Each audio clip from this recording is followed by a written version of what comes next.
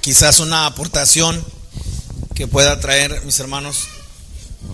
Yo fui muy desafiado en entender lo que varios han coincidido. Estoy hablando de vidas en las Escrituras, pero también a través de la historia, hablando acerca de la iglesia primitiva, algunos historiadores, y que hoy tenemos algunos exponentes. Algunos han muerto, algunos todavía exponen lo que tiene que ver con la vida crucificada. La vida crucificada parece ser algo muy contradictorio. ¿Cómo puedo vivir? O un muerto puede vivir, por decirlo así, ¿verdad? Yo creo que una figura nos puede ayudar, y es el bautismo.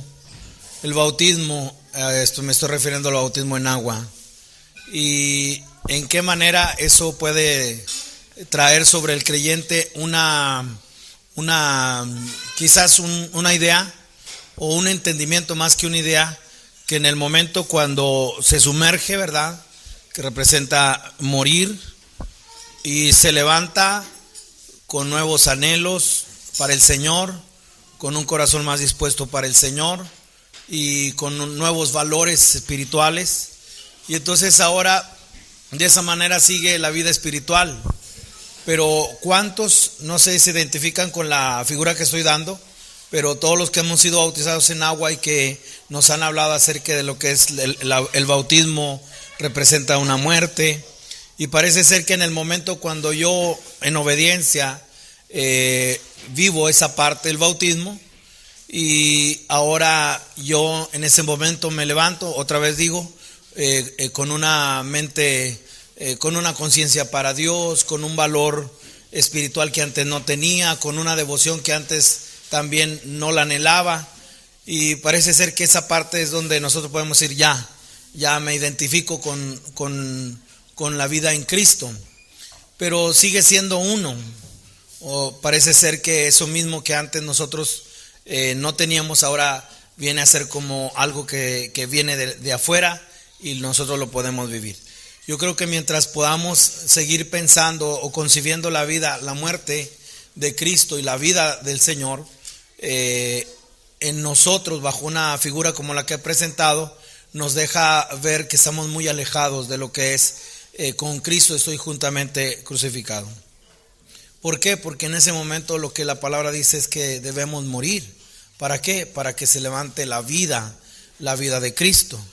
Entonces creo que no es otra cosa más que la parte en la cual cada uno de los creyentes, en esa identificación con Cristo, se está identificando en la muerte, pero en esa vida resucitada, en el cual ya no es mi vida, ya no corro bajo lo que es mi sentir, hablando acerca de lo que yo pueda sentir, de lo que yo pueda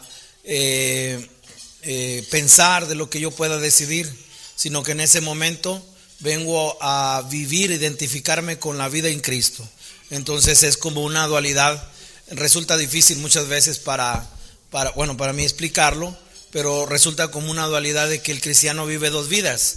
Una vida en lo natural, en la parte que tenemos que relacionarnos en lo que tiene que ver los trabajos y obedecer las leyes, aunque sean corruptas, pero la parte es que nuestra vida es en Cristo, es la vida de Cristo en nosotros. Entonces yo creo que es algo que otra ilustración que pudiera ayudar, para que también a mí me ha ayudado a poder transmitirla a la iglesia, y es: consideren leer los evangelios. ¿Y qué encontramos ahí? La vida de Cristo. ¿Y cómo la encontramos? En la vida, el verbo se hizo carne. En otras palabras, cuando nosotros leemos, vamos a pensar que vamos a leer todo el Nuevo Testamento, y cuando nosotros leemos Mateo, Marcos, Lucas, ahí Juan, y que podamos ver la vida de Cristo en la tierra, y que sanó a los enfermos, y que cruzó de un lado a otro, en sí, desde su nacimiento, la anunciación, su nacimiento y el ministerio, y luego la muerte de Cristo. Y en ese momento nosotros terminamos de leer los evangelios y decimos, ahí está la muerte de Cristo, la vida de Cristo. Cerramos y ahora empezamos a ver las epístolas. Y al ver las epístolas, como que damos ese cierre y ya consideramos ahora la iglesia en sus formas, en la manera como se establece, en la manera como fue la dinámica, voy a usar esa palabra, de crecimiento que tuvo. Y de pronto como que vemos una separación entre los evangelios y las epístolas. Pero es la misma vida, solamente que de una manera diferente. El concepto de vida de Cristo viene a ser el mismo en los evangelios, que es Cristo en la tierra, Cristo en carne, pero cuando nosotros vemos ahora la vida de Cristo, pero ya no lo vemos en carne, la vida del Espíritu a través de un cuerpo que es la iglesia. Entonces yo creo que esa es una de las preguntas bien elaboradas y bien difíciles para mí de explicar, a razón de que muchos no entendemos bien el concepto de lo que es, otra vez, una palabra que hay que tener cuidado, un concepto. Esto no es concepto, sino es la vida del Señor, son principios divinos. Entonces cuando nosotros hablamos acerca de lo que es la vida en Cristo, es una vida en la cual la hemos recibido a través de la salvación, una vida que yo he recibido, pero ahora es ya no un Cristo en la carne, sino que ahora vuelve a su originalidad y entonces viene a meterse en un cuerpo que es la iglesia, y entonces ahora Cristo en nosotros, la esperanza de vida. De tal manera que en todo lo que vivamos aquí, ya no cuento yo, sino es Cristo. De eso se trata, el proceso en el cual Él crece y yo menguo. Y ahí podemos ver que todo lo que vivamos aquí en la carne, es decir, mientras estemos en esta tierra, debemos vivirlo bajo lo que es, no lo que nosotros pensamos, no lo que nosotros vivimos, no bajo nuestros propósitos, sino lo que es el propósito de Dios. Y eso solamente a través de lo que es la vida en el Espíritu. Vuelvo a decirlo, si ustedes ahora sí tomen, por ejemplo, los que ya llevamos tiempo leyendo las Escrituras, pero si ustedes ven que el cumplimiento de todas las Escrituras es Cristo, y tomando nada más lo que es el Nuevo Testamento, si leemos los evangelios, es la vida de Cristo en la tierra, humano, está limitado en espacio, en cuerpo, en todo, pero ahí estamos viendo la vida. Dios estaba en Cristo. Pero ahora cuando nosotros pasamos a los hechos y vamos por todo lo que son las epístolas, no es otra vida diferente, solamente que ahora es la vida en el Espíritu, es decir, el Señor toma la ascensión y toma su lugar de originalidad, pero ahora desciende. ¿Y ahora desciende para qué? Para que sea la misma vida de Cristo a través de un cuerpo que es la iglesia, es un cuerpo espiritual. Entonces les voy a dar un verso en las Escrituras, si me acompañan, y creo que esto puede traer dirección en lo que tiene que ver la vida crucificada. No vivo yo, mas vive Cristo en mí. Y aquí es en primer libro de Samuel, capítulo 17, y es el momento cuando David va a enfrentar a quién, a Goliat. La pregunta es, ¿con quién está peleando Goliat? ¿Con quién en la lucha? Y si ustedes ven, ¿es con quién? Con una persona. En este caso es el desafío que presentaba Goliat desde denme uno que pelee. Pero entonces vean cómo ahora ya en el combate, o se acerca el combate, y lo que me gustaría que consideran es que es la lucha 1 a 1, Goliat y David. Pero vean lo que él dice aquí, 17, y dice el verso 36, para ir al punto. Fuese león, fuese oso, tu siervo lo mataba, y este filisteo incircunciso será como uno de ellos, porque ha provocado a David. ¿Ha provocado a quién? Al ejército del Dios viviente. Es Saulo, Saulo, ¿por qué me persigues? ¿Y a quién estaba persiguiendo Saulo? Si no era la iglesia del Señor. En ese momento es de una manera corpórea el cuerpo, que es la iglesia, pero ahora Cristo metido ahí haciendo la obra, es la vida del Espíritu. Ahora avancen al verso 45. Entonces David dijo al filisteo: tú vienes a mí con espada, lanza y jabalina, mas yo vengo a ti en el nombre de Jesús, de Jehová de los ejércitos, el Dios de los escuadrones de Israel, a quien tú has provocado. Entonces vean que ahora de individualidad a algo de un ejército, pero llega al punto central. Tu combate no es ni con David, ni con el pueblo, sino con el que está dentro de ellos. ¿Quién? Cristo. Es una manera de poder ilustrar en el Antiguo Testamento para que podamos ver que ahora el cuerpo de la iglesia no tiene vida propia. No tiene vida propia. Es la vida de Cristo en nosotros. ¿Y cómo es? A través del Espíritu Santo. La vida de Cristo es la vida espiritual, que ahora a través de un cuerpo espiritual que es la iglesia, es el que está tocando, el que está en ese tiempo manifestando de su vida. ¿A quién? A todo lo que es, lo que no tiene alcance para ver lo espiritual. Ve lo natural, pero en eso que los que no conocen a Cristo ven a la iglesia, deberían ver algo más. Ven, tú eres diferente. Ven, tú no piensas igual que los demás. Veo en ti que algo es diferente. ¿Y eso qué es? Ellos no lo pueden describir, pero sí lo pueden percibir, y es Cristo en nosotros, la esperanza de vida. ¿Alguien más tiene algo con respecto a la pregunta? Es solamente añadir, todo muy bien dicho, por lo tanto solamente añadir otro pasaje similar, donde el apóstol Pablo dice, pues aunque andamos en la carne, no militamos según la carne. Es decir, todos nosotros andamos en la carne, todavía somos carne, pero ¿cuál es la motivación? ¿Por qué vivimos? ¿Qué vida tenemos? Entonces, ya no vivimos para agradar a la carne, sino que vivimos para el Señor. Vivimos para que Cristo se manifieste en nosotros, como se decía. Por lo tanto, es así, lo más breve posible, pero confirmando solamente. Amén. Ya, la siguiente pregunta. ¿Los varones cristianos deben o pueden involucrarse en el hogar? Como ejemplo, ayudar con los quehaceres o cuidar de los hermanos o hijos de los hijos, o no corresponde porque no es su rol. La verdad que para contestar una cosa así hay que elaborar bastante, creo, por causa de lo que vivimos en este tiempo, donde la distinción entre varón y mujer se hace cada vez menos notoria. Y entonces cuando se habla de roles, sin duda que en la Escritura hay roles. Si bien es cierto, varones y mujeres no hay distinción alguna para ser salvos, para ser pueblo de Dios, para todo lo que implique la eternidad, pero en esta vida hay roles diferentes. La naturaleza misma, como dice el apóstol Pablo, nos enseña que el cuerpo de la mujer está diseñado para los hijos.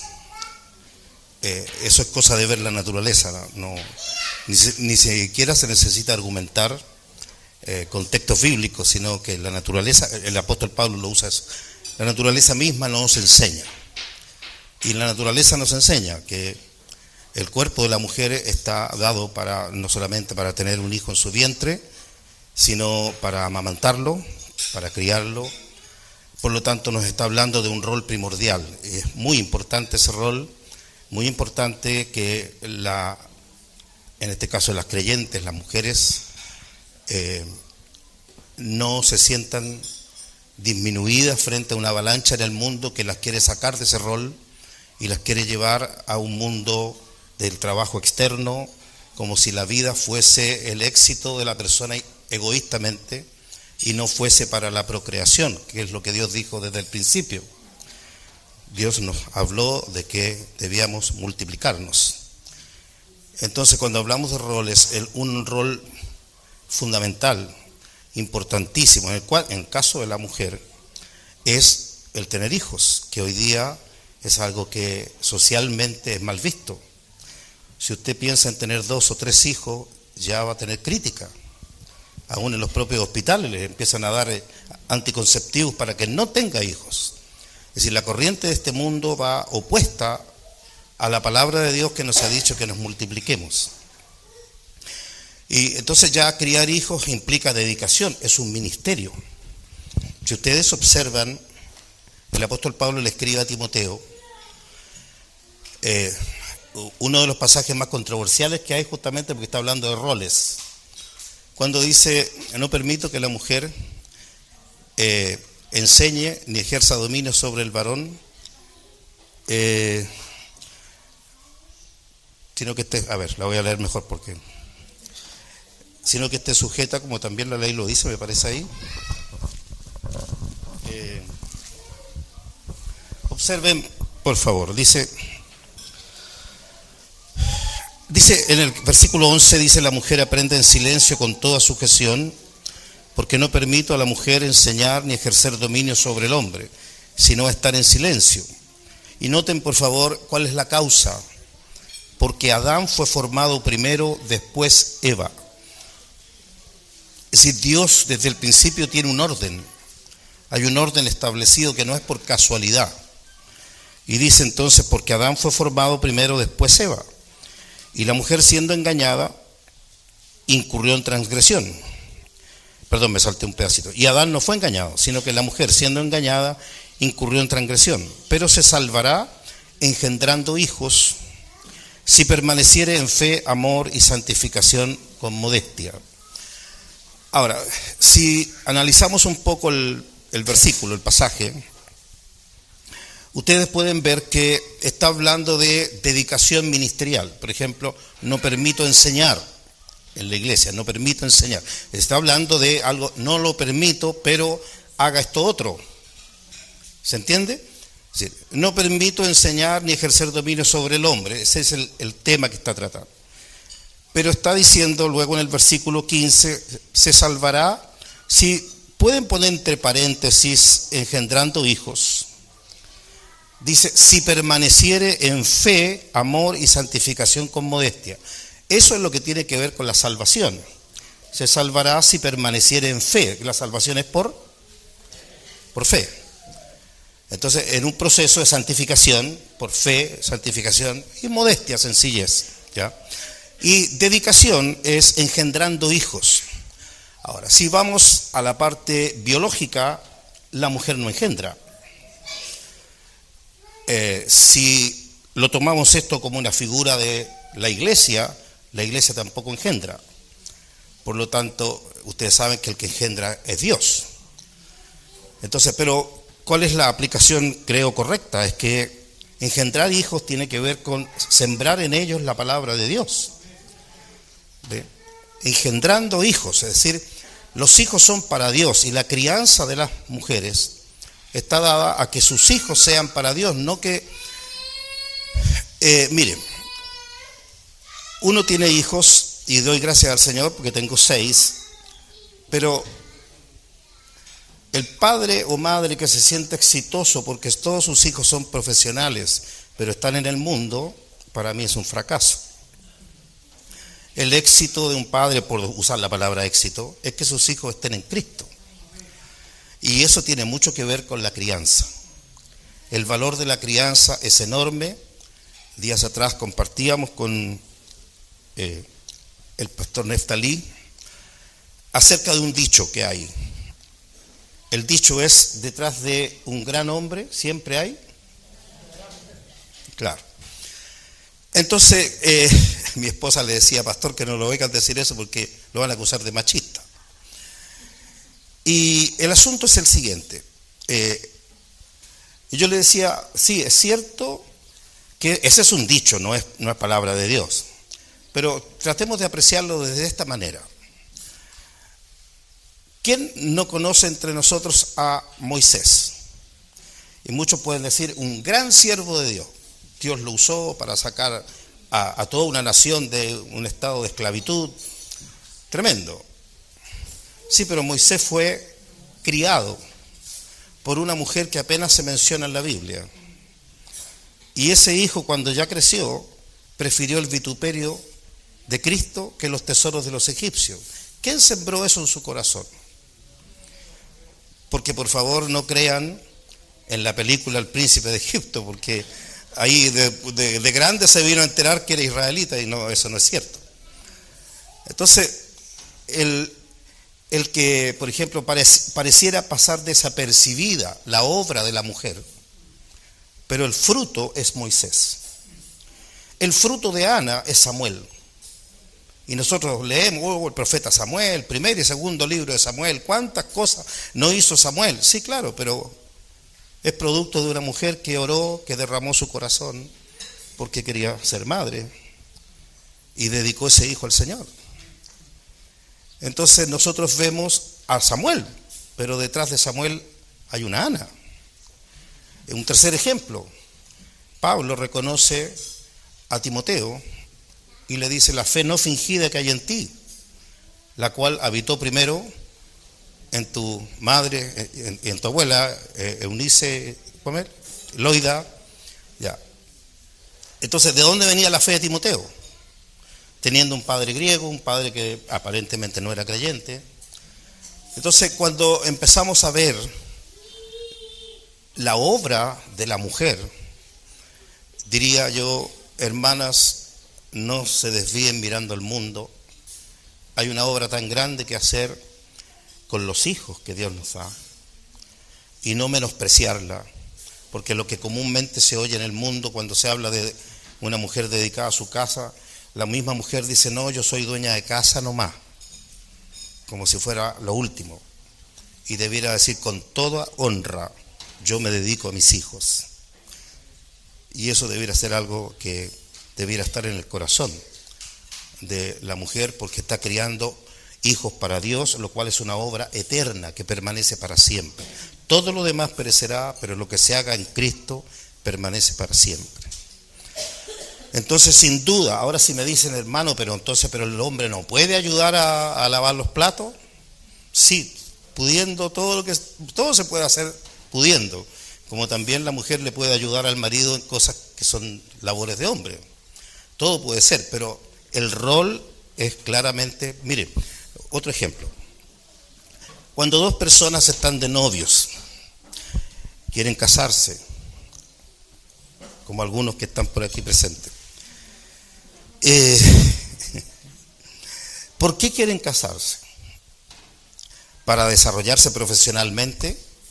No necesitan casarse para eso. Al contrario, ganarían más plata si no se casan. Les luciría más la plata. Entonces, hermano, nadie se casa para ser exitoso profesionalmente. Dos personas se unen en matrimonio porque quieren vivir juntas, porque quieren estar juntas, porque quieren compartir la vida. ¿Es así o no? Entonces, el deber de salir a trabajar no es el motivo central de la vida. Se sale a trabajar porque hay que proveer para que el hogar tenga vida, para que tengamos lo necesario, entonces se sale a proveer. Pero que los dos tengan que salir, eso desarma completamente el hogar, ya no hay hogar. Solamente es un lugar donde se llega a dormir. Y eso hace perder completamente el sentido original de para qué me caso. Entonces, el matrimonio es para formar familia, para formar hogar. Y para que los hijos crezcan en un ambiente sano y obviamente con dirección del Señor. El ayudarse mutuamente en la medida que se pueda, todo está bien. Pero no mezclemos los roles, no tratemos de que el hombre parezca mujer, que la mujer parezca hombre, porque no es lo que Dios quiere ni es lo que Dios agrada. Eso es lo que yo puedo decir.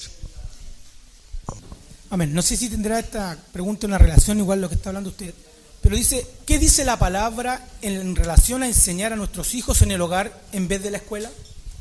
¿El homeschool tiene que ver con la fe de los padres o existe instrucciones de Dios? A ver, ese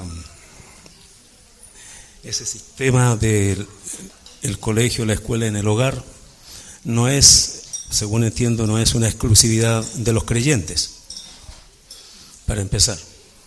Entonces, hay varias personas acá en el país y fuera del país, en otras partes, que están llevando a cabo esa forma, ese sistema, sin tener fe en el Señor Jesucristo como nosotros la tenemos. Pero sí puedo dar mi parecer respecto a esto, de que frente a la realidad que se está viviendo por diversos lugares, y como, bueno, aquí hay, detrás de todo esto hay una palabra que dice que el mundo está bajo el maligno. Y me parece que a la altura de mi vida nunca había visto lo que hoy día estoy viendo, estoy siendo testigo de cómo por todo el mundo se ha desatado una cantidad de demonios. No hay freno. Esto quisiéramos que parase, pero esto no va a parar, esto va a crecer más aún. Entonces hay toda una trama, hay toda una artimaña maligna, hay un sistema inicuo que está operando fuerte y potentemente en estos días. Y la iglesia del Señor poco a poco va quedando acorralada, arrinconada. La iglesia tiene la pretensión, hablo en general, de ganar espacios, lo cual entiendo que eso va justamente en la línea, ganar espacios en este mundo, va en la línea de la apostasía, para no ser menoscabada, menospreciada, ignorada. Pero no es eso lo que nos muestra la palabra del Señor. Su iglesia va a ser perseguida. Entonces, vemos que esto va más rápido de lo que yo quisiera. Entonces, algunas de las formas que varios creyentes, varios padres nuevos, en este caso varios de nosotros, recién hacíamos un poco de broma acá, ¿por qué hay tanto ruido acá? ¿Se recuerda que me preguntaba él por qué hay tanto ruido? Dice, porque acá son más jóvenes que nosotros, le decía yo. No.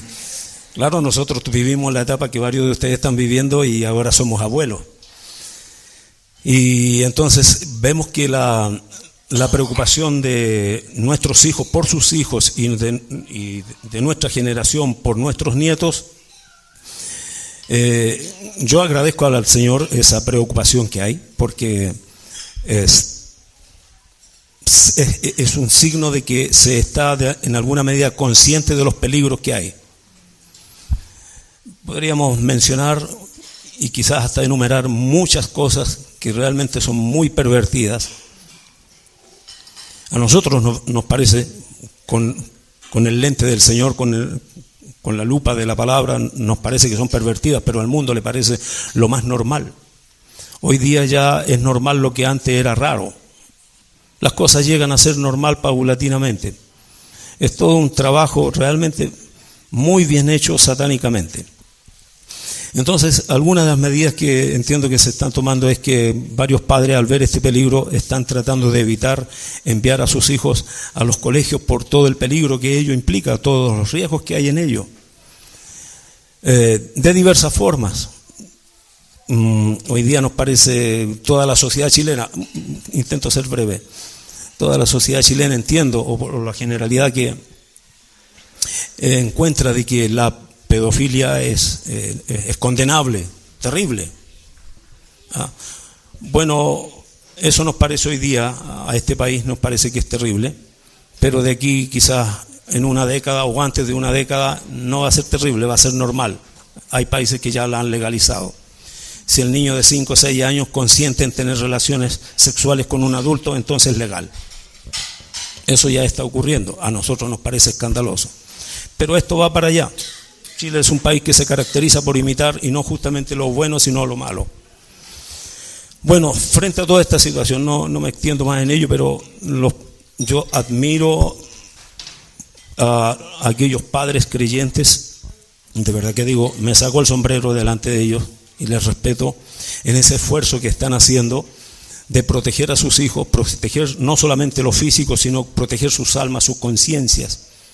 Y todo esfuerzo que se haga al respecto, yo creo que el Señor lo va a respaldar, va a dar fuerza, va a dar capacidad y va a dar por sobre todas las cosas fe, porque para esto se requiere fe. De verdad que es muy loable y yo invito a los hermanos que lo están haciendo que preparen y oren al Señor, preparen su corazón, y a los hermanos que no lo están haciendo, que no tengan esa responsabilidad, que ayuden a esa familia, a esos padres que sí lo están haciendo, porque es muy fuerte. Yo, años atrás en la congregación había una escuelita donde la intención era esa, que ayudar a los hijos de los hermanos para que ellos, no tuvieran que ir al colegio regular. Y en un año tuve la experiencia de hacer clases de matemática, tuve que empezar a estudiar yo para hacerle matemática a los chiquillos. Es muy difícil. Para mí fue muy difícil. Entonces me pongo en alguna medida en el lugar de aquellas mamás principalmente que están haciendo este trabajo, que no es solamente por hacer algo distinto, sino que entiendo, y tomo el ejemplo que mencionaba mi hermano, aquella mamá anónima, prácticamente, que está en la Escritura, la mamá de Moisés, que hizo un buen trabajo. Con el Señor sí se puede. Se ve difícil, pero el Señor nos ayude a ayudar, ¿cierto? Amén. Amén. Ya. Sí. Solamente dos cosas. Que una decisión así debe ser tomada con mucha convicción, no por imitación de otros, no es una moda, no me hace más espiritual. Eso por un lado. Y lo otro es un pasaje que, por lo menos para mí, el Señor hace muchos años me habló sobre esto cuando mis hijos estaban pequeños, pero lamentablemente no conocí el sistema que existía. Bueno, en Juan capítulo 10, el versículo 11, la labor en este caso de los padres, y nuevamente, insisto, principalmente de la madre, porque es la que pasa más tiempo con los hijos. Dice el versículo 11, el Señor Jesús: yo soy el buen pastor su vida da por las ovejas.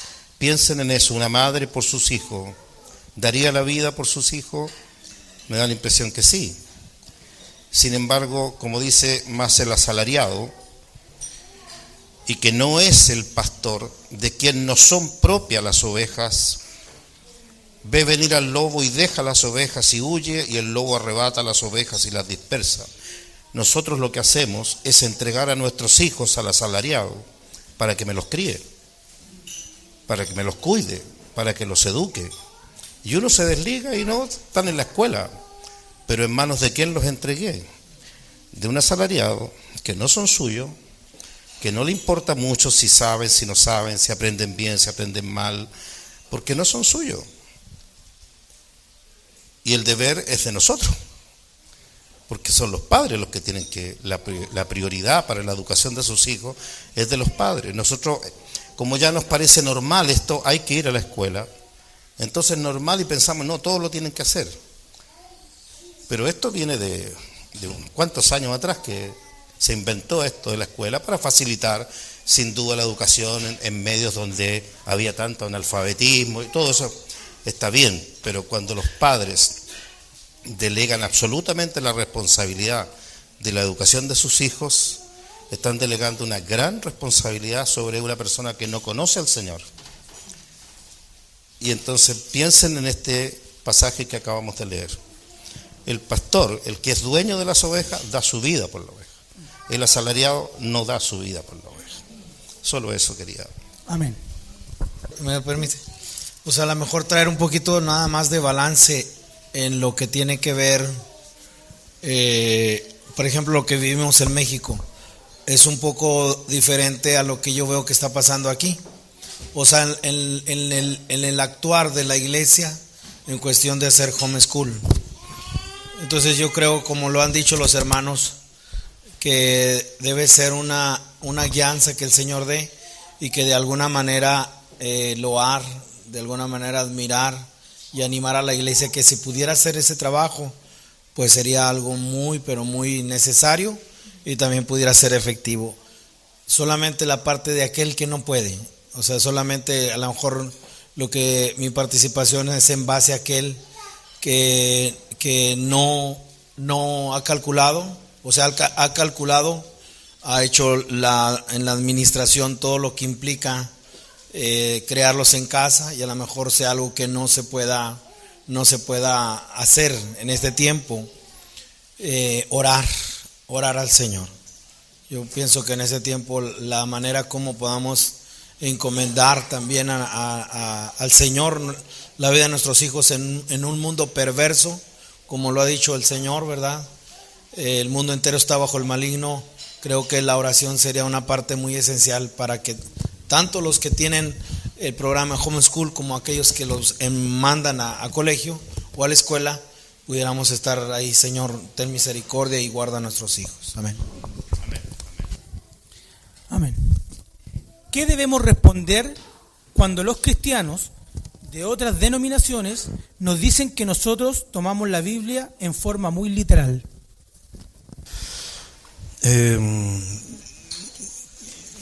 A ver, eso de literal, me parece que la pregunta es demasiado general, porque es compleja la respuesta, porque, por ejemplo, intento dar un ejemplo.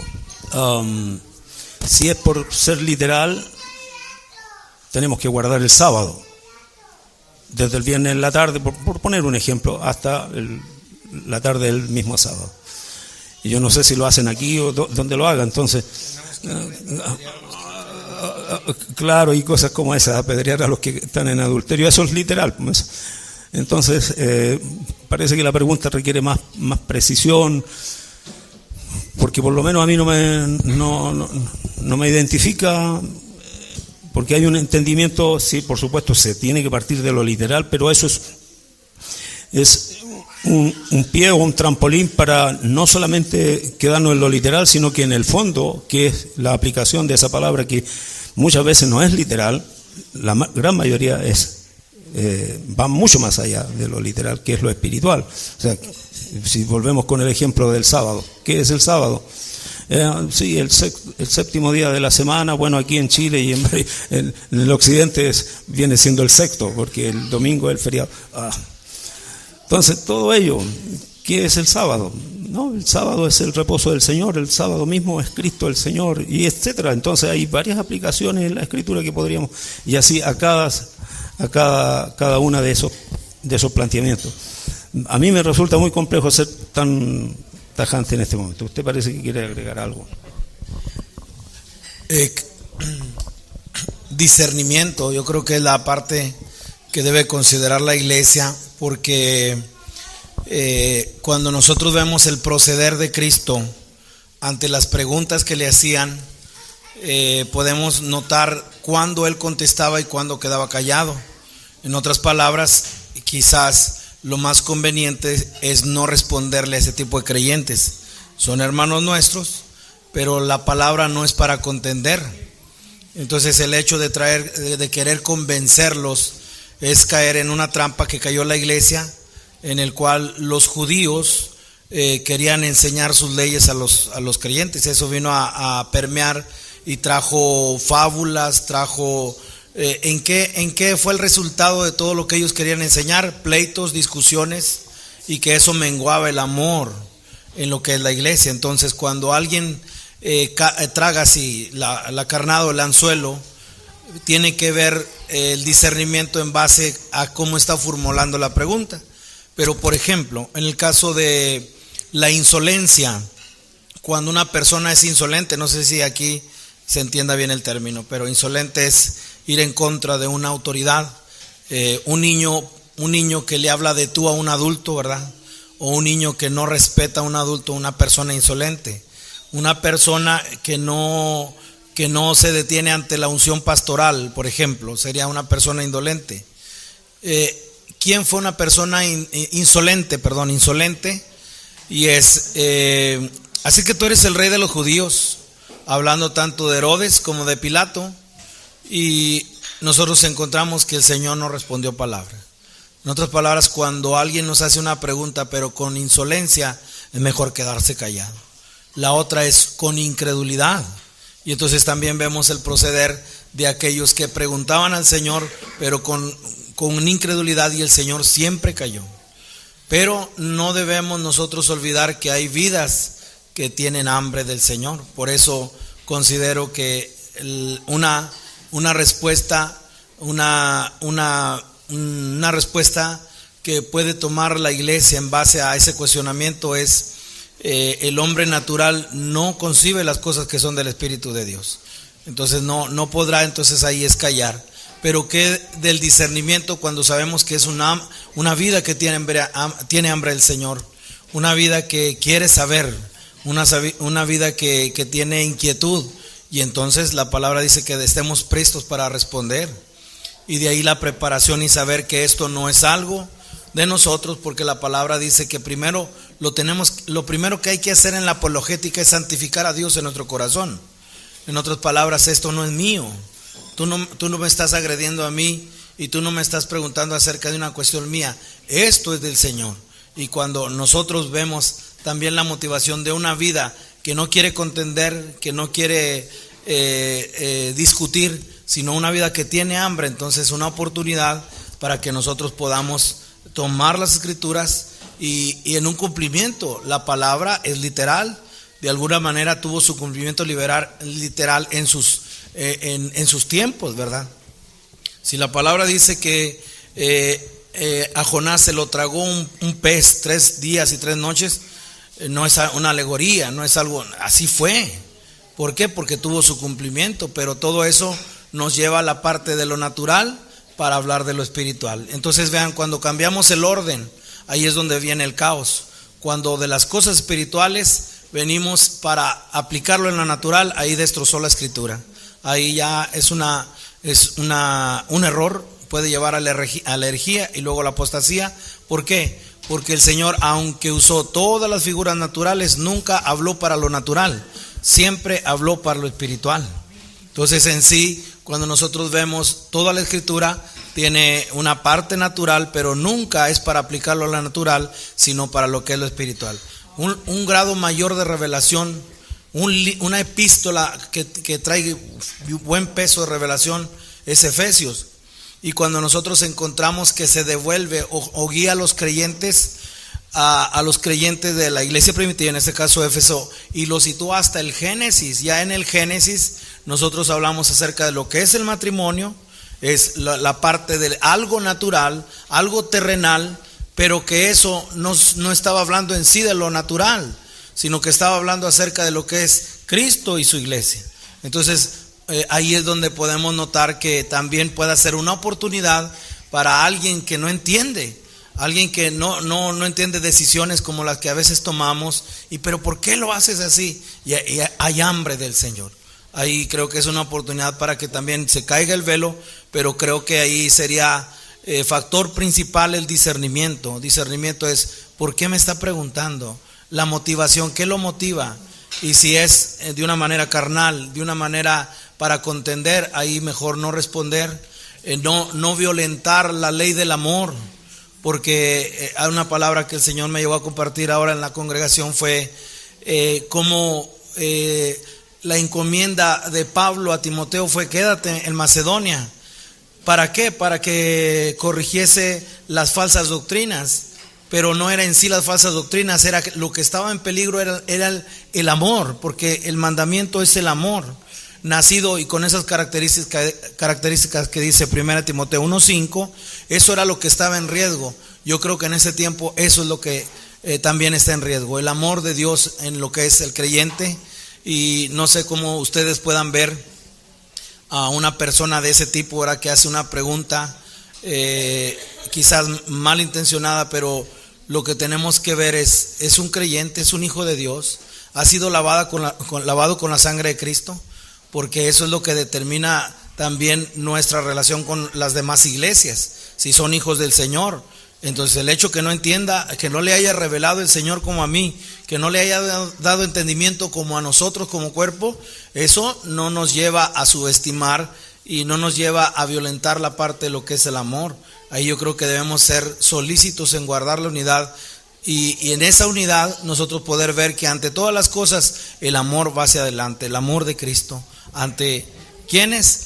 Ante la iglesia, ante los que nuestros enemigos, hasta allá llega el amor de Dios. Amén. Dice, ¿cuál es la diferencia entre la obra del Hijo y la del Espíritu Santo? Bueno, la obra del Hijo tiene que ver con desde el comienzo de la conversión, recibir al Señor Jesucristo, y lo que ya explicaba el pastor Neftalí, el bautismo en agua es un símbolo de muerte y resurrección. Nosotros venimos a Cristo, se entiende que todo aquel que viene a Cristo viene arrepentido de sus pecados, de su vida pasada, y por lo tanto lo que viene haciendo es renunciar a su propia vida para vivir la vida de el Hijo de Dios, y por lo tanto es muerte y resurrección. Si lo pudiéramos resumir, les invitaría a leer Gálatas capítulo 5, desde el versículo 19, cuando nos habla de las obras de la carne, y luego el fruto del Espíritu. Está hablando de dos naturalezas, las dos naturalezas que están en conflicto. Entonces, dice, el 19 dice, y manifiestas son las obras de la carne, que son adulterio, fornicación, inmundicia, lascivia, idolatría, hechicerías, enemistades, pleitos, celos, iras, contiendas, disensiones, herejías, envidias, homicidios, borracheras, orgías y cosas semejantes a estas, acerca de las cuales os amonesto, como ya os lo he dicho antes, que los que practican tales cosas no heredarán el reino de Dios. Amén. Esa es la naturaleza natural, humana. Todo ser humano vive en este tipo de esclavitud. Y luego dice el versículo 22, mas el fruto del Espíritu es amor, gozo, paz, paciencia, benignidad, bondad, fe, mansedumbre, templanza. Contra tales cosas no hay ley. Eso es lo que dice Romanos también, que no estamos bajo la ley, sino bajo la gracia, porque por la gracia de Dios se puede vivir en el Espíritu. Y entonces noten el versículo 24, pero los que son de Cristo, esa es la obra de Cristo, los que son de Cristo han crucificado la carne con sus pasiones y deseos. Amén. Es decir, el que está en Cristo es una vida que ya no vive en la carne, por lo tanto es un proceso de discipulado, de ser discípulo del Señor, renunciando a la propia vida y haciendo morir, llevando a la cruz todas las pasiones, todos los deseos de la carne, a fin de vivir en el Espíritu, resucitar, el nuevo hombre, la nueva creación. Y por lo tanto notarán que los que son de Cristo han crucificado la carne con sus pasiones y deseos. ¿Ya? Es decir, estar en Cristo, hermanos, no es venir a la iglesia. No es sinónimo de venir a la iglesia. Es sinónimo de ser discípulo, y como discípulo hacer morir las obras de la carne. Esta es la obra que hace Jesucristo en el creyente. Entonces, si me acompañan también a Romanos capítulo 8, noten por favor lo que dice el versículo 1. Ahora pues, ninguna condenación hay para los que están en Cristo Jesús. ¿Quiénes son los que están en Cristo Jesús? Lo dice ahí. Los que no andan conforme a la carne, sino conforme al Espíritu. Entonces, cuando hablamos de la obra del Hijo, la obra del Señor Jesucristo en los discípulos, recuerden que el Señor dijo, si alguno quiere venir en pos de mí, tome su cruz y sígame. Y el que no toma su cruz y viene en pos de mí, no puede ser mi discípulo. Luego, no hay otra forma de salir del mundo, de las formas del mundo, de la esclavitud del pecado. No hay otra forma si no es tomando la cruz. Por lo tanto, cualquiera que quiera estar en Cristo debe tomar la cruz para renunciar a su yo. Es lo que decía, por ejemplo, Gálatas también 2:20, cuando dice el apóstol Pablo, con Cristo estoy juntamente crucificado y ya no vivo yo.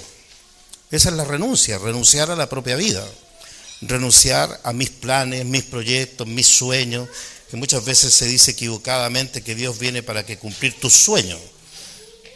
Absolutamente falso. El Señor nos llama a renunciar a nuestra propia vida. Y dice también que el que ama su vida la perderá. El que pierde su vida por causa de mí, éste la salvará. Por lo tanto, es una renuncia al yo, a lo que yo quiero, yo deseo, anhelo, sueño, no. Es la vida de Cristo en mí. Él es la vida. Si yo quiero tener vida eterna, es Él el que tiene que vivir en mí.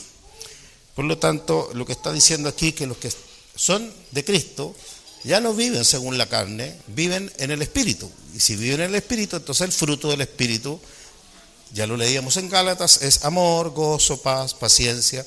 Bueno, ninguna de esas cosas es pecado, por lo tanto la ley no nos afecta, no estamos bajo la ley. ¿Por qué razón? Porque no pecamos. Todo pecado es transgresión de la ley. Si uno peca, está bajo la ley. Si uno peca es porque anda en la carne. Entonces la obra de Cristo es la santificación del creyente, es el lavamiento de corazón con su palabra. Entonces, así como se decía a la pregunta anterior, que si tomamos la Biblia muy literalmente, la doctrina es literal. La doctrina tiene que ser aplicada literalmente. Por ejemplo, al que te pide, dale. A eso no tengo que tratar de buscarle profundidades, no quiso decir otra cosa. No, al que te pide, dale, punto. Es sencillo, práctico. El asunto es obedecer la doctrina. Pero hay otras cosas que no son literales, porque hay cosas que son misterios de Dios, son revelación, no son doctrina. Y esas cosas, obviamente, que hay que interpretarlas espiritualmente. ¿Me entiende? Entonces, a esa, un poco comentando la pregunta anterior, me da la impresión que muchas veces hay vidas que pueden considerar que uno toma la Biblia muy literalmente porque les incomoda el mandamiento del Señor. Entonces, cuando incomoda, tratan de ponerlo, de espiritualizarlo, como que está diciendo otra cosa, porque en el fondo no se quiere obedecer a lo que dice el Señor. Si tiene que ver con conducta, entonces es literal. Si tiene que ver con algún tema celestial, de cosas espirituales, obviamente que la Biblia no se puede tomar solamente literalmente. Pero dicho eso, la obra del Hijo es la que he más o menos tratado de explicar. Si soy discípulo, yo tengo que dejar mi vida y vivir la vida de Él. ¿Amén? Eso es. Entonces, la obra del Espíritu es diferente. Porque la obra del Espíritu tiene que ver con poder de Dios. Recibiréis poder cuando haya venido sobre vosotros el Espíritu Santo y me seréis testigos. Y justamente el Espíritu Santo viene para mostrarnos aquellas cosas que no son tangibles, que no se ven físicamente.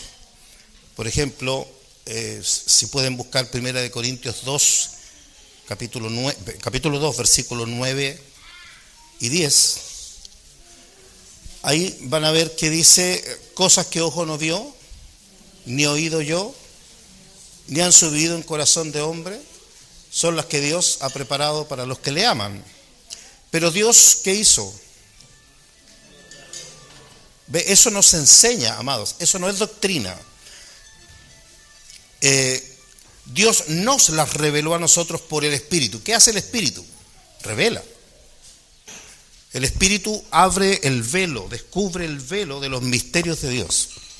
Entonces, cuando el Señor dijo, me seréis testigos, un testigo es alguien que ve cosas que no puede ver el hombre natural. Otro ejemplo,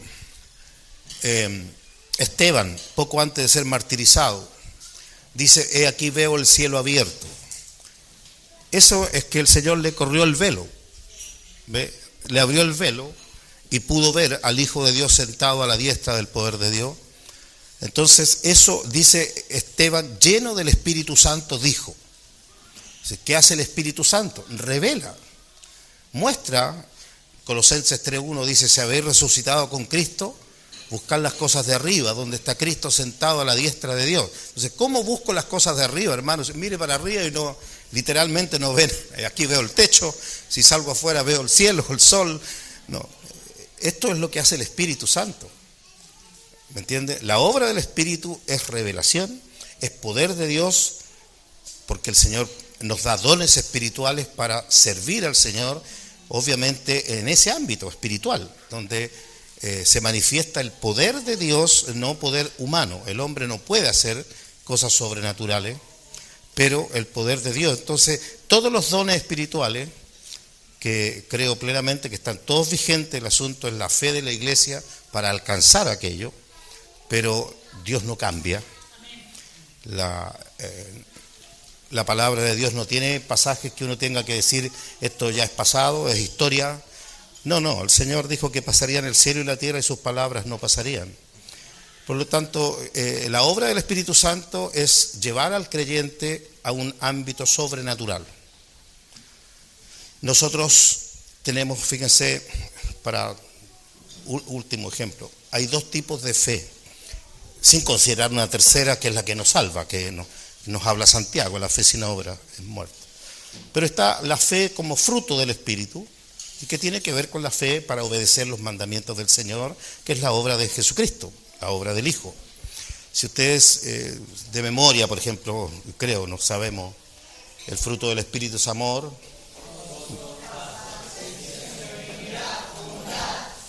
Eso, fe, ¿vieron? Fe, esa fe, fruto del Espíritu. No don del Espíritu, es un fruto de estar en Cristo, de hacer morir la carne y de resucitar a una vida espiritual. Amén. Pero si ustedes ahora ven los dones espirituales, palabra de sabiduría, palabra de ciencia, dones de sanidad, etc. Y síganle, fe. Como dos fe, una fe por aquí, una fe por ahí. No. Vean que la fe, como dice 1 Corintios 13, hay una fe que traslada montes. No tiene que ver con obediencia a los mandamientos. El Señor dijo, si tuvierais fe como un grano de mostaza, diríais a este sicómoro, arráncate y plántate en el mar, y el árbol te haría caso. ¿Creen esa palabra? ¿Tenemos esa fe? Entonces, y el Señor, ¿cuántas veces a los discípulos por esas cosas les dijo que eran incrédulos? Porque no tenían esa fe. Y entonces hay muchos ejemplos sobre una fe que es sobrenatural, que justamente tiene que ver con un ámbito de poder, de vivir cosas sobrenatural. Entonces, obviamente que hay muchas cosas que tenemos que crecer como iglesia, tenemos que tener dirección, de que la obra del Espíritu es mucho más que a veces lo que conocemos es hablar en lengua. Y no lo quiero disminuir, pero eso es como la entrada, es mucho más. Entonces la obra del Espíritu, imagínense, Juan en el Apocalipsis, ¿puede alguien leer el capítulo 4, versículo 1? Después de esto miré y he aquí una puerta abierta en el cielo, y la primera voz que oí como de trompeta hablando conmigo dijo, sube acá, y yo te mostraré las cosas que sucederán después de esto. El 2. Y al instante yo estaba en el Espíritu. Ya, esa no. Fíjense lo que es estar en el Espíritu. Y al instante yo estaba en el Espíritu. Si buscan el mismo Apocalipsis, capítulo 1, versículo 10, nuevamente Juan dice, estando en el Espíritu, y se manifestó el Señor Jesús glorificado. ¿Recuerdan? El capítulo 1, versículo 10. Entonces, de la obra del Espíritu yo diría que nosotros como iglesia estamos en pañales. Hay mucho que añadir, que hablar de eso y de crecer en lo que es la obra del Espíritu Santo. Amén. Vean que los discípulos fueron 3 años discípulos del Señor. El Señor les habló de que ya estaban limpios por la palabra que les había hablado. Sin embargo, el Espíritu Santo no había venido sobre ellos. Así que hay toda una obra de discipulado que es diferente a la obra del Espíritu Santo. La obra del Espíritu Santo, como dijo el Señor en Hechos 1:8, recibiréis poder. Es poder de Dios. Amén. Para servir al Señor con señales, prodigios, sanidades, milagros. Todo eso que todavía la iglesia no lo ha alcanzado porque hay muchas voces que lo niegan. Entonces la iglesia está como la onda del mar. Va y viene. Necesitamos convicción. Amén. Eso es lo que yo puedo.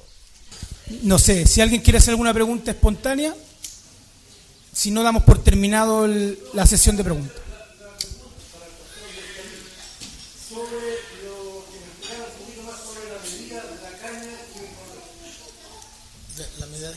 Si le puede explicar un poco más sobre la medida de la caña y del cordel, lo que fue la predicación, si le puede explicar un poquito más acerca de eso. Muy bien. Bien, la obra siguiendo un poquito con la pregunta anterior, para llegar a esa, podemos ver en Gálatas 5, si van conmigo, Gálatas 5. No lo captamos en la 60, la versión 60. Creo que todos lo tenemos.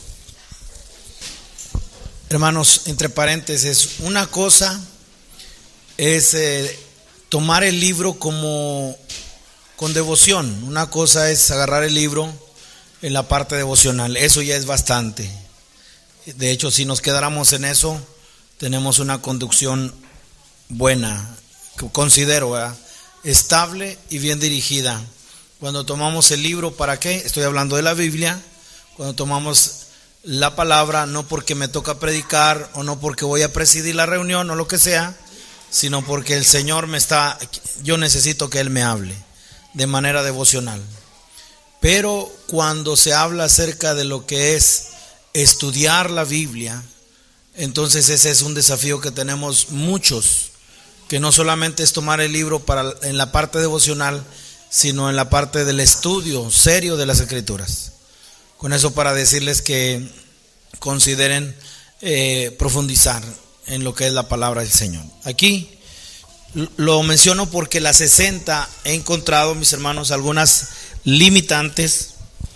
No que la Biblia no sirva, Dios libre de decir eso, o la 60 sea una mala traducción. Simplemente que en comparación a lo que son las palabras en el original, usando, por ejemplo, la concordancia Strong, no sé si sepan ese dato, pero la concordancia Strong tiene alrededor de, creo que son 12,000 palabras de los originales, mientras que la 60 tiene a lo mejor unas 3,000 palabras de los originales. La versión en inglés tiene 4,000 a 5,000. Entonces, cuando vamos a la parte original, cuando tomamos el libro como literatura, y cuando tomamos la parte de las Escrituras en base a un estudio inductivo, avanzamos mucho, considero. Aquí en Gálatas,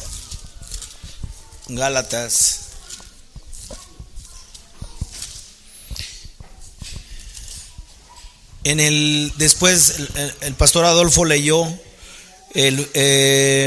los versos 19 al 22.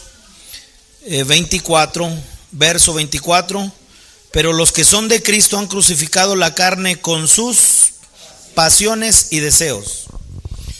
Y entonces ahí la obra de Cristo, ¿cuál es? Justificación, redención. El ministerio de Cristo o el Espíritu Santo nos conduce a Cristo desde el inicio, porque Él trae la convicción de pecado, el Espíritu Santo, y nos lleva a ser lavados por la sangre de Cristo. Entonces de ahí podemos ver que se ha crucificado la carne con sus pasiones y sus deseos, pero y luego viene la vida del Espíritu. Y en el verso que sigue, ustedes vamos a encontrar una terminología de abundancia. En otras palabras, un derramamiento. Pero se manifiesta a través de dos cosas. Y aquí es donde nosotros podemos ver lo que hace el Señor y lo que sigue haciendo a través o por medio, así lo que hace el ministerio del Espíritu Santo. Y noten, verso 25, si vivimos por el Espíritu, andemos. Esta terminología quiere decir abundancia, porque habla acerca de un derramamiento, un estado donde el Espíritu Santo gobierna la vida del creyente. Pero no solamente es que yo fui salvo, sino que hace evidente la vida de Cristo en nosotros. ¿Y cómo nosotros lo vemos? Vivir y andar. Ejemplo, Sansón. Y cuando nosotros vemos a Sansón, él en cuestión de lo que era la parte del vivir, él lo tuvo de una manera sobrenatural. De qué manera tomaba el Espíritu esta vida, pero su andar no era conforme a la vida del Espíritu, él andaba en la carne. ¿Y qué encontramos? Que esa es una de las confusiones bien fuertes que hoy tiene la iglesia, yo la tuve, pero es hablar de un hombre que Dios lo usa, un hombre con un nivel de palabra, un nivel quizás de dones, de poder, que puede poner las manos y sana a los enfermos, pero su vida es un desastre total. Puede caminar por varios años así, y nosotros ahí es donde vemos la confusión, porque es cómo lo usa el Señor. Pero si esa vida no está complementada en lo que es la vida del Espíritu, el andar diario, la evidencia, la manifestación del fruto del Espíritu, esa vida va a tropezar. En el caso de Sansón así fue. Yo tengo una experiencia de un hombre muy cercano, mis hermanos. Este hombre con revelación de la palabra, con un liderazgo muy fuerte, con una promoción que le estaba dando el Señor, por lo menos en México, y tuve relación con él fuerte. Empezamos los dos en el ministerio, pero luego algo no andaba bien, y entonces era usado por el Señor, tenía testimonio de ser lavado con la sangre de Cristo, pero en ese vivir le faltaba el andar. Una vida que terminó, mis hermanos, ahorita es un trailero, después de que estuvo en el santo ministerio, a razón de que cometió fornicación con una joven de la iglesia que él pastoreaba. Y todo eso se descubrió después de 6 años. Un Sansón. Y entonces la pregunta es, pero si ya estaba en pecado, ¿por qué todavía había eso? ¿Por qué todavía era usado? ¿Por qué todavía? Porque la plenitud de lo que tiene que ver la vida de Cristo se manifiesta en el andar a través de la obra del Espíritu, la vida del Espíritu. Entonces ahí es donde puedo ver cómo se complementa, no solamente que nos ha dado vida el Señor a través de la salvación, sino que ahora tiene que haber la manifestación de Cristo en nosotros, y esa obra la hace el Espíritu Santo. Entonces, ¿cuál es la medición? La medición es que todos nosotros estamos conformados a lo que es una imagen. ¿Cuál es esa imagen? La imagen de Dios. ¿Y cuál es esa imagen? Cristo. Consideren cómo Dios se limitó a ser conocido como hombre. Eso es una parte difícil de decirla, pero sí, porque Dios es espíritu, y la manera como esa obra del Señor lo que hace es que a través del Verbo encarnado que habitó entre nosotros, ahora es donde nosotros podemos ver si hay en Cristo, tiene que haber en nosotros. Entonces la medida tiene que ver con aquello que es visible, aquello que es práctico. Para eso tenemos las epístolas, y de ahí es donde nosotros podemos ver que Ezequiel, cuando nosotros encontramos la segunda vez que el Señor, que el Espíritu lo visita para mostrarle algo, hay cosas muy interesantes en Ezequiel. Por ejemplo, cómo poder sacar un nuevo hombre de los escombros, por decirlo así. Pero el pueblo está cautivo, como diciendo, la iglesia está en cautividad. Y entonces, valle de los huesos secos.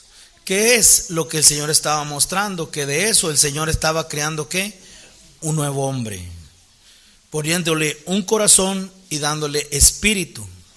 Y de ahí es donde nosotros podemos ver cómo el Señor está formando aquello que se echó a perder, la imagen de ¿qué? De Cristo. Y entonces el hecho, en la palabra, hagamos al hombre a nuestra imagen conforme a nuestra semejanza. Y entonces eso se perdió. Pero la parte en la cual ahora la redención para la humanidad tiene que ser en base nuevamente, ser conformados a la imagen de Cristo. Entonces el Espíritu Santo lo que ha de hacer es que va a enfocar. Imaginen lo siguiente, no sé si aquí puedan verlo, pero está la ciudad, a lo mejor está muy iluminada, no sé, pero aun cuando estuviera iluminada en un grado alto, no sé si han visto los centros comerciales o cuando hay alguna feria. Cuando hay feria le llamamos un evento allá, o cuando una inauguración de un evento que ponen un reflector en el cual se puede mover y se puede divisar desde toda la ciudad, y entonces se mueve. ¿Sí me captan? En la oscuridad nosotros vemos el rayo de luz y se está. Imaginen que eso es el Espíritu Santo, porque el Espíritu Santo trae luz, el Espíritu Santo revela, y la obra del Espíritu Santo es que nos va a enfocar en algo. Entonces, esa dirección de ese faro, utilizando esa ilustración, está oscuro, pero nosotros podemos ver que brilla en la oscuridad, o sea que está apuntando, en este caso, para diferentes lados. Ahora vean si se pusiera en un punto fijo y que pudiera estar solamente alumbrando y dando dirección a ver solamente una cosa. Vayan conmigo a 2 Corintios. El Espíritu Santo nos llevará a ver a Cristo. Y que no solamente lo veamos, sino va a llevarnos en una formación, nos va a llevar en un proceso en el cual esté apareciendo el carácter, la imagen de Cristo en nuestras vidas. Si notan aquí conmigo, 2 Corintios, y dice el verso capítulo 4, el apóstol Pablo deja de tratar problemas y lo lleva el Espíritu Santo y lo mete en la profundidad de las Escrituras y los lleva hasta Génesis 1:1. Eso es impresionante para mí. De cómo está el apóstol Pablo redactando, sabemos que es el Señor a través de él, pero cómo el Espíritu Santo ahora toma su vida y lo lleva hasta Génesis 1:1, o sea, lo pone bajo lo que es el principio, como diciendo, ¿cómo es la obra del Espíritu en nuestra vida desde el inicio? Y aquí es donde nosotros podemos ver, si esto se despierta, entonces el creyente va a estar asegurado en un proceso sano en lo que es la vida espiritual. Entonces no olviden la ilustración, está todo oscuro y hay un faro que está apuntando, pero ahora se queda fijo y está apuntando a un solo lugar. Todo lo demás es oscuridad. Ahora, tomo las Escrituras para hablar acerca del Evangelio que está encubierto en los que se pierden. Dice el verso 4, y la actividad satánica dice que él cegó el entendimiento. ¿Para qué? Para que no le resplandezca la luz ¿de qué? Del Evangelio, de la gloria, no de la crucifixión, no del Cristo humano, sino la gloria de Cristo, dice, el cual es la imagen de Dios. Entonces ya está, vean, de lo que se trata, somos conformados a la imagen de Cristo, estamos siendo conformados. Ahora dice el verso 5, porque no nos predicamos a nosotros mismos, sino a Jesucristo como Señor, amén, como Señor, porque la obra del Espíritu Santo nos dejará, después de llevarnos a la salvación, a ver al Cristo crucificado, para que en ese momento seamos justificados y lavados por la sangre de Cristo y tener salvación. Luego nos lleva a verlo en su gloria. Y entonces noten, y a nosotros como vuestros siervos por amor de Jesucristo. Y ahora hace una conexión las Escrituras hasta el Génesis 1:1 en el verso que sigue. Porque Dios, que mandó que de las tinieblas resplandeciese la luz. ¿Dónde encuentran ese verso? La tierra estaba desordenada y vacía, y el Espíritu de Dios se movía sobre la faz de las aguas, y dijo Dios, sea la luz. Hizo que hubiera un resplandor. Y entonces vean hacia dónde se para el faro y dónde está enfocando. Verso 6, porque Dios, que mandó que de las tinieblas resplandeciese la luz, es el que resplandeció, y ahí está enfocado. ¿En dónde? En nuestros corazones. Entonces la oscuridad no es afuera, la oscuridad es adentro. ¿Han escuchado la frase en México? Esa oración no pasa ni el cielo, ¿sí? Esa oración no pasa ni el techo. Pues qué bueno, porque es enfocar hacia adentro. Aquí donde nació Cristo. ¿En dónde nace? En el lugar oscuro. ¿Dónde es? El corazón. Entonces ahí ya está el faro, ahí está bien puesto y está enfocando sobre una sola cosa. ¿Qué hace el Espíritu Santo? Revela, nos pone para nosotros ver hacia dónde es que tenemos que ser conformados, de qué manera nosotros estamos siendo transformados. Alguien dijo que por qué vemos poca transformación en la iglesia. Es decir, sí vemos conversiones, pero transformaciones es hablar de una cosa diferente. O sea, todavía sigue siendo el mismo, está amañado, está viciado, todavía siguen los mismos pecados, pero ya recibió a Jesús. Porque le falta la obra de santificación por el Espíritu, en el cual está mostrando a dónde es donde él tiene que ser conformado. Entonces noten, verso 6 dice, es el que resplandeció en nuestros corazones para iluminación del conocimiento de la gloria de Dios en la faz de Jesucristo. Y entonces ya está parado esa luz y solamente está enfocado en una cosa, es ver a uno. Ver a uno. ¿A quién? A Cristo. ¿Sí? Ver a Cristo. Entonces, ¿cómo es que podemos nosotros ver bajo lo que el Señor ha mostrado en en Ezequiel? En el momento cuando ve, lo primero que ve Ezequiel fue al Señor sobre un, si ustedes ven las evidencias, es la misma descripción que presenta Apocalipsis 1 en la revelación de Juan, que el Espíritu Santo hace lo mismo, le muestra a un varón, ¿sí?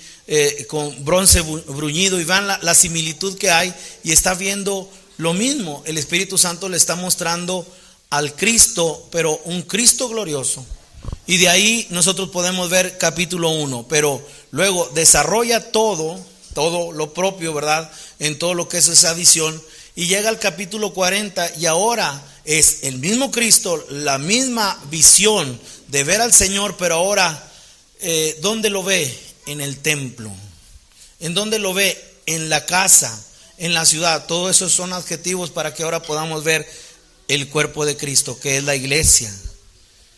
Y para eso hay dos mediciones. La primera es aquello que es práctico y que puede ver dentro de la casa: la ventana, la puerta, el atrio, el espacio, todo aquello que puede ser medido.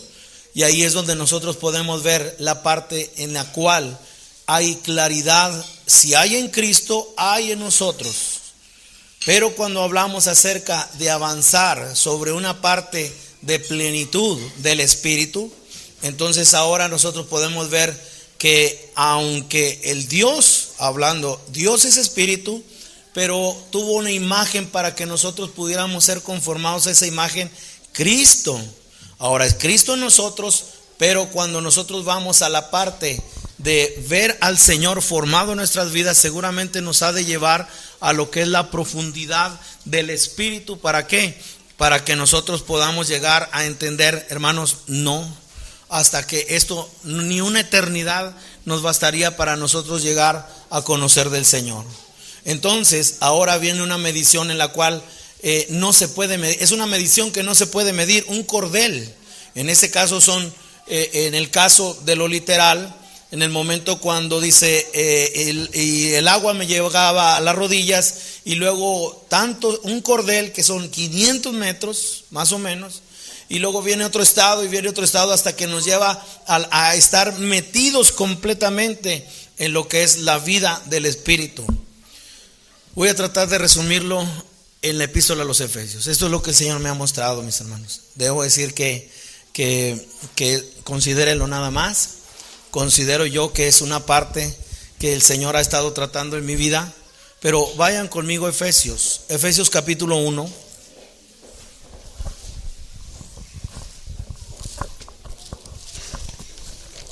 Como diciendo que hay que conocer, mis hermanos, nos lleva la entrada para conocer nosotros al Dios, es Cristo.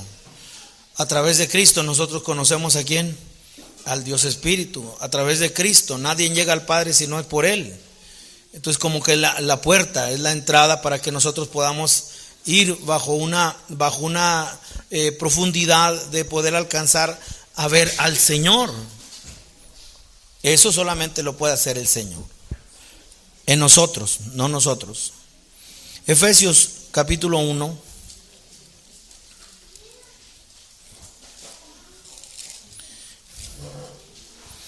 Y dice, vean, por ejemplo, aquí podemos verlo. Efesios 1 y dice el verso 13. ¿Cuál es el inicio? La salvación. Y vean, el Espíritu Santo llevarnos a ¿qué? A Cristo. Aquí, Efesios 1:13. En Él, ¿en quién? En Cristo. En Él vosotros, habiendo oído la palabra de verdad, el evangelio de vuestra salvación, y habiendo creído en Él, fuiste sellados con el Espíritu Santo de la promesa. La palabra clave ahí es para mí creído. Una fe que conduce a la salvación y es en tiempo pasado. Es que yo creí y fui salvo. Es que mi conversión fue hace 24 años, 25 años. Algunos llevan el dato, no, yo el 20 de mayo de 1900 yo recibí al Señor. Una fe que es pasada y que nos llevó a ser lavados con la sangre de Cristo. Asunto terminado. ¿Somos salvos? No. Sigue el andar, sigue más. Pero ahora avanzamos y viene el verso 15 para que el Señor abra nuestros ojos. ¿De dónde? Del entendimiento. Verso 17 es la oración. Para que el Dios de nuestro Señor Jesucristo, el Padre de gloria, os dé espíritu de sabiduría y revelación en el conocimiento de Él, alumbrando los ojos de vuestro entendimiento. Ya vimos, nos enfoca para que nosotros podamos conocer a Cristo, para que sepáis cuál es la esperanza a que los ha llamado y cuáles las riquezas de la gloria de su herencia en los santos. Y vean en dónde está avanzando. Y cuál la supereminente, esa palabra es lanzar más allá de una marca visual. Es algo que se extiende así, pero una visión amplia. ¿Y cuál la supereminente grandeza de su poder para nosotros los que no creímos? Creemos, tiempo presente, y está hablando de un principio presente continuamente. Y esta fe ya no es para salvación, esta fe es para revelación.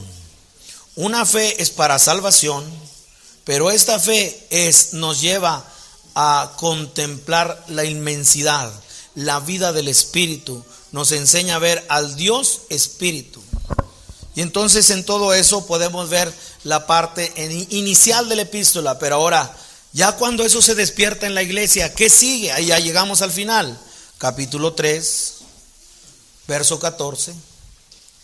Y entonces ahora vean, esto no va a ser individualmente del pastor. Esa es una carga que yo tengo fuerte para la iglesia. El Señor me la ha dado. Y una cosa es que el Señor alcance a darme visión y entendimiento sobre esto.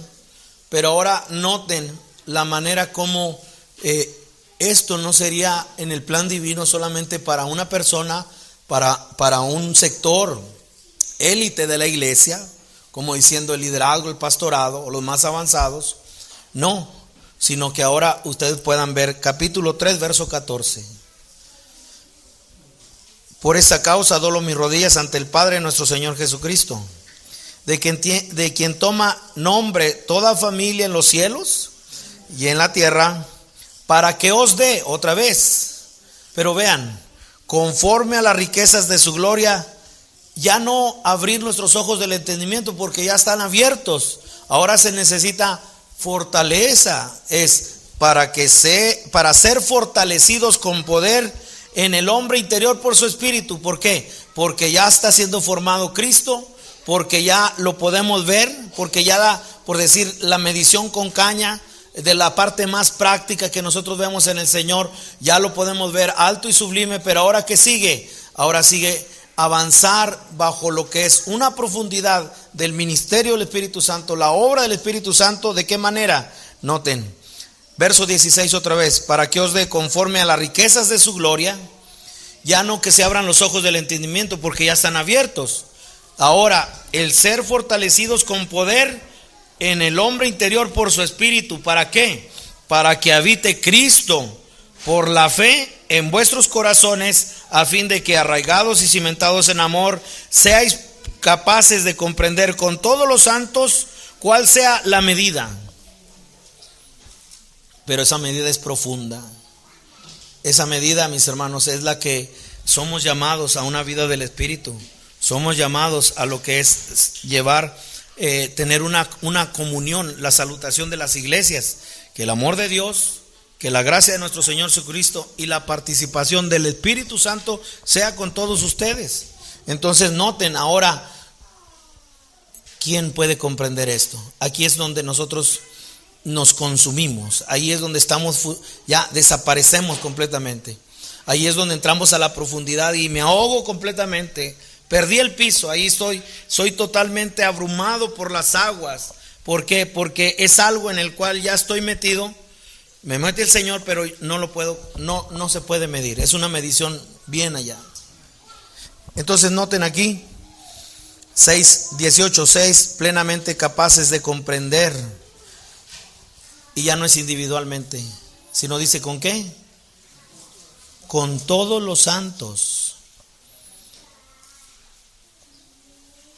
Con todos los santos. Este es el diseño. El diseño es ver a Cristo alto y sublime, pero también hay que verlo en lo que es la iglesia del Señor, manifestado, revelado. Aquí 6 plenamente capaces de comprender con todos los santos cuál sea la anchura, la longitud, la profundidad, la altura, y de conocer el amor de Cristo que excede a todo conocimiento, para que seáis llenos de toda la plenitud de Dios. Y aquel que es poderoso para hacer todas las cosas mucho más abundante de nuestra medición, nos sobrepasa completamente, mucho más abundante de lo que pedimos o entendemos. No hay mente que pueda comprender a Dios, mis hermanos. Según el poder que actúa en nosotros, a Él sea gloria. ¿En dónde? En la iglesia, en Cristo Jesús, por todas las edades, por los siglos de los siglos. Amén. Hermanos, para mí ha sido un desafío fuerte, porque creo que venimos bajo lo que es la dirección que el Espíritu Santo nos ha dado, de conocer al Cristo glorificado, de conocer no solamente al Cordero, sino al León, de conocer el señorío de Cristo, pero en la implementación, mis hermanos, en la iglesia, es donde en México estamos parados, detenidos. Es aquello que nosotros podemos ver, mis hermanos, en lo que estamos unidos en lo que es la parte de la unidad del Espíritu, pero todavía no llegamos a la unidad de la fe, en el cual solamente podamos ver una cosa, es el Señor siendo formado en nuestras vidas, pero la implementación de todo lo que nosotros podamos ver en las Escrituras, pero ahora no se ve aquí en la iglesia del Señor. Y entonces ahí creo que es la obra que el Señor está haciendo. Esto es lo que el Señor ha mostrado a mi vida. Eso es lo que puedo decirles, mis hermanos, y pues encomendar todo esto al Señor y Él sea glorificado. Amén. Amén. Amén.